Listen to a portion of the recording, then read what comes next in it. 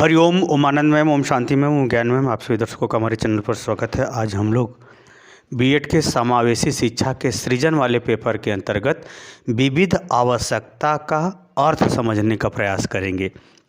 वास्तव में समावेशी शिक्षा के अंतर्गत जो विभिन्न प्रकार के बालक होते हैं या अधिगमकर्ता होते हैं, जिसमें प्रतिभाशाली बालक, सामान्य बालक, मंदबुद्धि बालक, पिछड़े बालक, मूक बधिर बालक, श्रवण बाधित बालक, दृष्टि बाधित बालक और स्लो लर्नर यानी स्लो लर्नर बालक, और ये कहें कि विकलांग बालक, जो भी सभी प्रकार के जो बालक होते हैं उनमें एक प्रकार की विविधता पाई जाती है।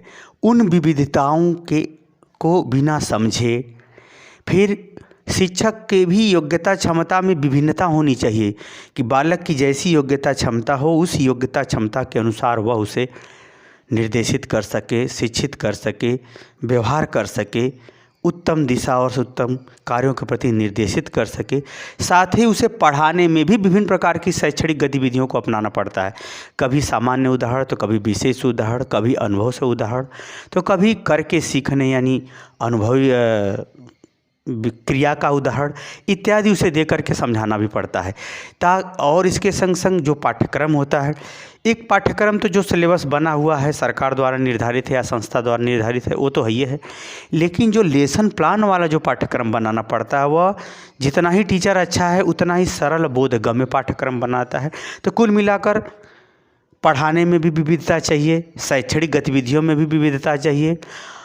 उसके संग संग अगर हम शिक्षक के व्यक्तित्व में भी विविधता की स्थिति चाहिए, तब जाकर के वह विभिन्न प्रकार के बालकों को यानी विविध प्रकार के बालकों के विभिन्न आवश्यकताओं को वह पूरा कर सकता है या सफल प्रभावशाली शिक्षण कार्य करते हुए अधिगम करा सकता है। आइए इन्हीं सब बातों पर थोड़ा विशेष ढंग से चर्चा करते हैं।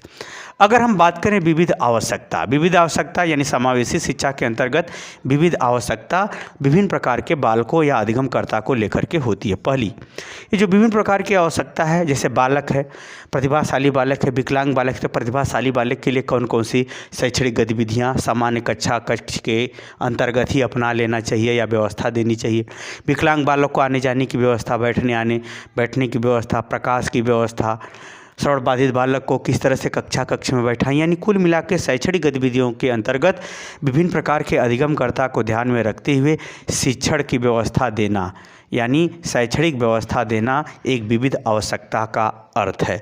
दूसरा अगर हम अर्थ देखें विविध आवश्यकता का अर्थ, वह है शिक्षक, यानी शिक्षक का व्यक्तित्व ऐसा होना चाहिए कि प्रतिभाशाली बालक को भी उसकी योग्यता क्षमता के अनुसार संतुष्ट कर सके, तो वही मूक बधिर बालक या विकलांग बालकों के प्रति सहानुभूतिपूर्ण व्यवहार करते हुए उन्हें शिक्षा के प्रति विश्वास और तत्परता का भी अंकुरित कर सके। यानी एक शिक्षक का जो व्यवहार में विविधता होनी चाहिए, शिक्षक के व्यवहार में भी क्या होनी चाहिए, विविधता होनी चाहिए, ताकि हर स्तर के बालक को वह समझ सके और अपने आप से जोड़ते हुए अधिगम कराने के लिए प्रेरित कर सके। तो यह शिक्षक की योग्यता क्षमता में भी विविधता होनी चाहिए। ऐसा नहीं कि बस अपने स्तर से ही पढ़ाता चले जाए, बालकों से कोई मतलब नहीं, तो फिर शिक्षक का पढ़ाने का क्या मतलब।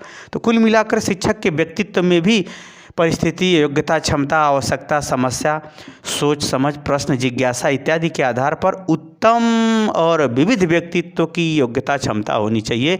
दूसरे अर्थ में शिक्षक का व्यक्तित्व भी विविधता लिए हुए, विभिन्न गतिविधियों और उपयुक्त क्रियाकलाप लिए हुए होना चाहिए।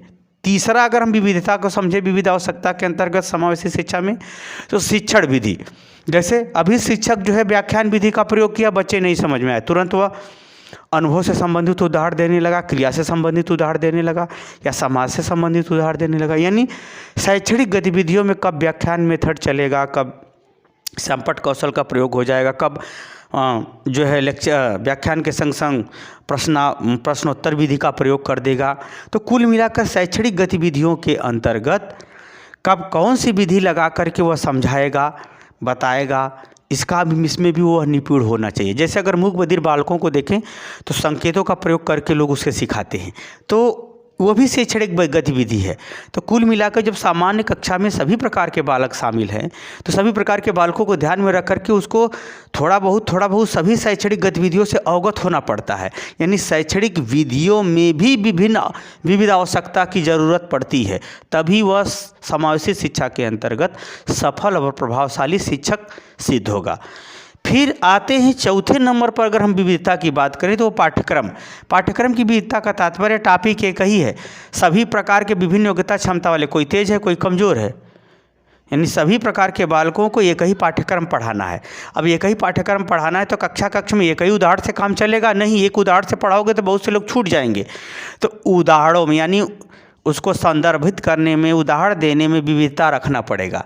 समझाने में, बोलने में, लिखाने में, बताने में, ये सब क्या होगा, इसमें विविधता यानी विविधता रखना पड़ेगा, यानी उसमें अंतर रखना पड़ेगा। तभी जाकर के ये संभव है कि आप एक टॉपिक को प्रभावशाली ढंग से पढ़ाएंगे, तभी सभी बालक आपको समझ जाएंगे। कभी अनुभव से, तो कभी क्रिया से, तो कभी पूर्व ज्ञान से, तो कभी विषय से, तो कभी उसके जीवन से, तो कभी समाज से, किसी घटना से इत्यादि से जोड़ करके उसको रुचिपूर्ण ढंग से अगर आप उस जो टॉपिक है उसका लेसन प्लान आप तैयार करेंगे, तब जाकर के वह प्रभावशाली शिक्षण होगा। तो कुल मिला के ये जो पाठ्यक्रम है वो नहीं जो सिलेबस में जो दिया हुआ, तो सिलेबस सही है। उस टॉपिक को आप इस ढंग से जब तैयार करेंगे तो वह भी एक प्रकार के पाठ्यक्रम निर्माण ही होता है। तब जाकर के वह प्रभावशाली और विविध आवश्यकता को ध्यान में रखते हुए आप पाठ्यक्रम का निर्माण करने में आपको सफल माना जाएगा। तो अब कहेंगे किसे विविध आवश्यकता, यानी समावेशी शिक्षा के अंतर्गत अधिगमकर्ता की विभिन्नता को ध्यान में रखते हुए शिक्षक द्वारा उत्तम और विविध योग्यता क्षमता का प्रयोग करते हुए प्रभावशाली ढंग से विभिन्न कौशल कला गतिविधियों को अपना करके शिक्षण विधि करते हुए पाठ्यक्रम को इस प्रकार से, यानी पाठ्य योजना को इस प्रकार से तैयार किया जाए ताकि प्रभावशाली अधिगम हो सके। अर्थात समावेशी शिक्षा का उद्देश्य पूरा हो सके, क्योंकि समावेशी शिक्षा का उद्देश्य सभी प्रकार के बालकों को एक साथ पढ़ाइए और समाज की मुख्य धारा से, समाज के वैचारिक, व्यवहारिक, क्रियात्मक जो भी धारा है उसमें सबको एक जोड़ा जा सके। समावेशी शिक्षा का यही उद्देश्य है, मुख्य उद्देश्य यही है। तो अधिगमकर्ता की विभिन्नता को, यानी विविध आवश्यकता को ध्यान में रखते हुए शिक्षक उन आवश्यकताओं को पूरा करने के लिए विभिन्न प्रकार के आचरण या व्यवहार को अपनाते हुए विविध शैक्षणिक गतिविधियों का प्रयोग करते हुए पाठ्यक्रम का इस प्रकार से निर्माण करे कि अधिगमकर्ता प्रभावशाली ढंग से अधिगम कर सके। उसी को क्या कहेंगे, विविध आवश्यकता का अर्थ।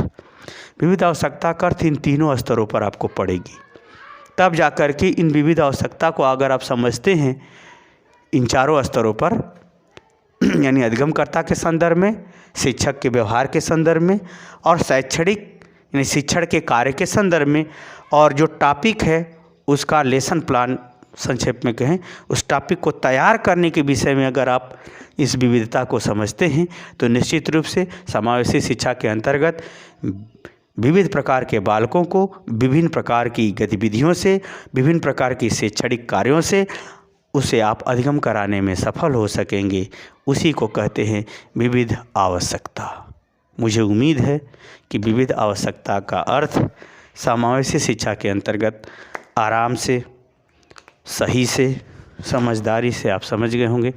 समझ गए तो कमेंट बॉक्स में जरूर बताइए। साथ ही मेरे चैनल को लाइक शेयर सब्सक्राइब कीजिए। हरिओम।